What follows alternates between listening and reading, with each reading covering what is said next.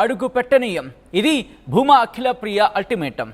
So ఈ నేపథ్యంలో అసలు ఎవరిని ఉద్దేశించి వ్యాఖ్యలు చేయడం జరిగింది, అసలు ఇంతకీ ఏం జరుగుతోంది, మరీ ముఖ్యంగా ఆళ్లగడ్డలో ఎటువంటి రాజకీయాలు జరుగుతున్నాయి, భూమా అఖిల ప్రియ చేసిన వ్యాఖ్యలు ఎవరికి కౌంటర్, లేకపోతే ఎవరికి స్ట్రైట్గా చెప్పే ప్రయత్నం, లేకపోతే ఇండైరెక్ట్గా ఎవరికి వార్నింగ్, ఇవన్నీ తెలుసుకునే ప్రయత్నం చేద్దాం. మా ప్రతినిధి హుసైన్ అప్డేట్స్ అందించేందుకు సిద్ధంగా ఉన్నారు. హుసైన్, ఇటు భూమా అఖిల ప్రియ చేసిన వ్యాఖ్యలు చాలా సంచలనంగా మారుతున్నాయి. మరి ముఖ్యంగా మహానాడుకి కొద్ది రోజుల ముందు చేస్తున్న వ్యాఖ్యలు ఇవి. సో ఈ సినారియోలో ఎవరికి ఉద్దేశించి వ్యాఖ్యలు చేశారు, అట్ ద సేమ్ టైం అక్కడ ఎటువంటి అంశాలను ప్రస్తావించడం జరుగుతోంది భూమా అఖిల ప్రియ? సచిన్, భూమా అఖిల ప్రియ మొదటి నుంచి కూడా టీడీపీలో కొనసాగుతున్నప్పటి నుంచి కూడా వివాదాస్పదంగా ఉన్నటువంటి మహిళా నేతగా కొనసాగుతున్నటువంటి పరిస్థితి ఉంది. అయితే తాజాగా ఆళ్లగడ్డ నియోజకవర్గం సంబంధించినటువంటి మినీ మహానాడు కార్యక్రమంలో మాట్లాడుతూ పనిచేసినటువంటి కార్యకర్తలకి నామినేటెడ్ పదవులు ఇవ్వకుండా ఇంకెవరికో ముక్కు మొహం తెలియనటువంటి వారికి పదవులు ఇస్తే మాత్రం నియోజకవర్గంలో అడుగు పెట్టనిచ్చేటువంటి ప్రసక్తే లేదని చాలా హాట్ కామెంట్ చేశారు. చాలా సూటిగా స్పష్టంగా అధిష్టానానికి అల్టిమేట్ జారీ చేసినటువంటి పరిస్థితి మనకు స్పష్టంగా కనిపిస్తుంది. ఎందుకంటే మొదటి నుంచి పార్టీ కోసం పనిచేశారు. పార్టీ కోసం పనిచేసేటువంటి వాళ్ళు కాకుండా ఇతరులు రెఫర్ చేసినటువంటి వారికి ఇస్తే మాత్రం సహించేది లేదు. అదే విషయాన్ని అధిష్టానానికి కూడా చెప్పామని స్పష్టంగా కార్యకర్తల సమావేశంలో మినీ మహానాడు కార్యక్రమంలో చెప్పినటువంటి పరిస్థితి అయితే స్పష్టంగా కనిపిస్తుంది. అయితే ఏవి సుబ్బారెడ్డికి భూమా అఖిల ప్రియకి మొదటి నుంచి కూడా ఇద్దరి మధ్య పచ్చగడ్డి వేస్తే భగ్గుమనేటువంటి పరిస్థితి అయితే కనిపిస్తోంది. గత కొన్నేళ్ల నుంచి ఎప్పుడైతే భూమా నాగిరెడ్డి చనిపోయిన తర్వాత వీరి మధ్య విభేదాలు తారాస్థాయికి చేరుకున్నటువంటి నేపథ్యంలోనే ఇద్దరు కూడా ఆళ్లగడ్డ నియోజకవర్గ ఇన్ఛార్జిగా రావాలని, ఆళ్లగడ్డ నియోజకవర్గ ఎమ్మెల్యేగా పోటీ చేయాలని పూర్తి స్థాయిలో అధిష్టానంతో టచ్ లో ఉన్నటువంటి ఏవి సుబ్బారెడ్డికి చివరిలో ఆ సీట్ ఇవ్వనటువంటి పరిస్థితి ఉంది. అదే భూమా కుటుంబానికే భూమా అఖిల ప్రియకి సీట్ ఇచ్చినటువంటి పరిస్థితి. అయితే ఎన్నికలకు ముందు కూడా ఇలాంటి అల్టిమేటమే జారీ చేశారు.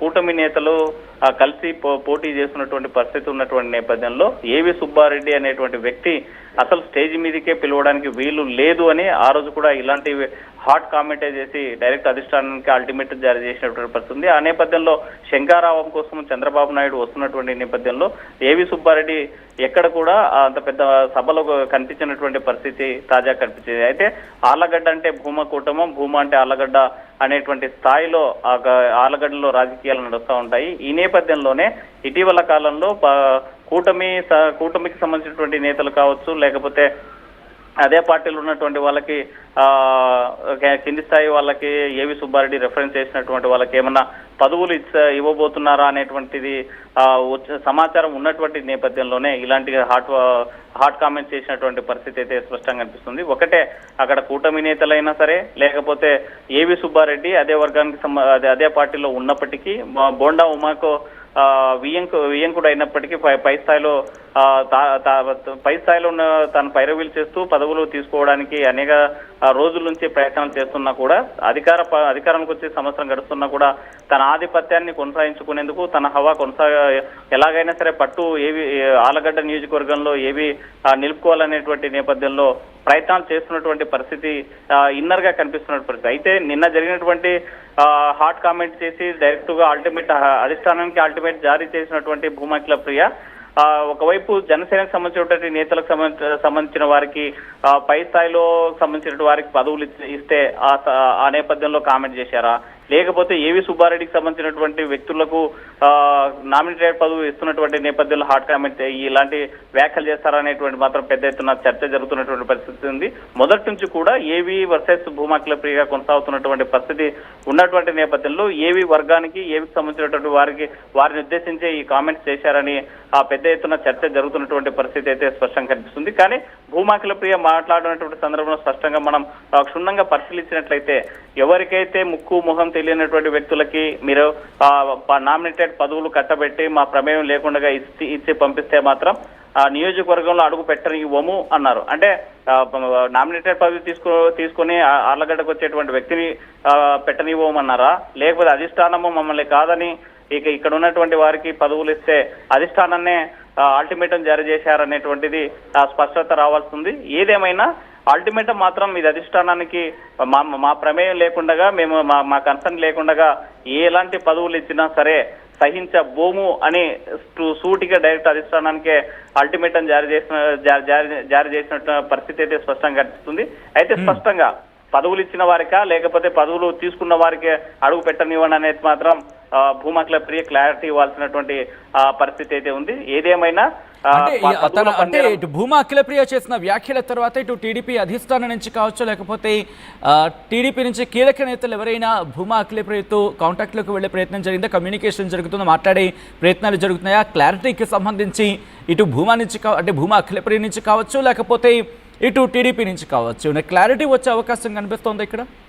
సచిన్, ఈ వారం రోజులు ఎలాంటి అధిష్టానం కూడా కలుగజేసుకునేటువంటి పరిస్థితి అయితే స్పష్టంగా కనిపించడం లేదు. ఎందుకంటే మరో వారం రోజులు ఉంది. 27, 28, 29 తేదీలో కడపలో పసుపు పండగ జరగబోతుంది. ఆ పార్టీకి సంబంధించినటువంటి మహానాడు జరగబోతుంది. పెద్ద ఎత్తున జన సమీకరణ కూడా సుమారుగా రాయలసీమ నుంచి పెద్ద సంఖ్యలో జన సమీకరణ చేయాలనేటువంటి టార్గెట్ ఇచ్చినటువంటి నేపథ్యంలో నియోజకవర్గానికి 4,000 నుంచి 10,000 మంది దాకా తీసుకొని రావాలి. నియోజకవర్గ స్థాయిని బట్టి దానికి ఉన్నటువంటి మండలాల కెపాసిటీని బట్టి అని టార్గెట్ ఫిక్స్ చేసి మహాసభ సక్సెస్ చేసేటువంటి క్రమంలోనే పెట్టినటువంటి నేపథ్యంలో ఇప్పుడు ఈ విషయం మీద అధిష్టానం జోక్యం చేసుకునేటువంటి పరిస్థితి లేదు. ఒకవేళ జోక్యం చేసుకుంటే ఏదైనా డిస్టర్బ్ అయితే అక్కడ జరగబోయేటువంటి మహానాడు పైన కొంత ఎఫెక్ట్ కనిపించేటువంటి అవకాశం ఉంది. కాబట్టి ఈ నేపథ్యంలో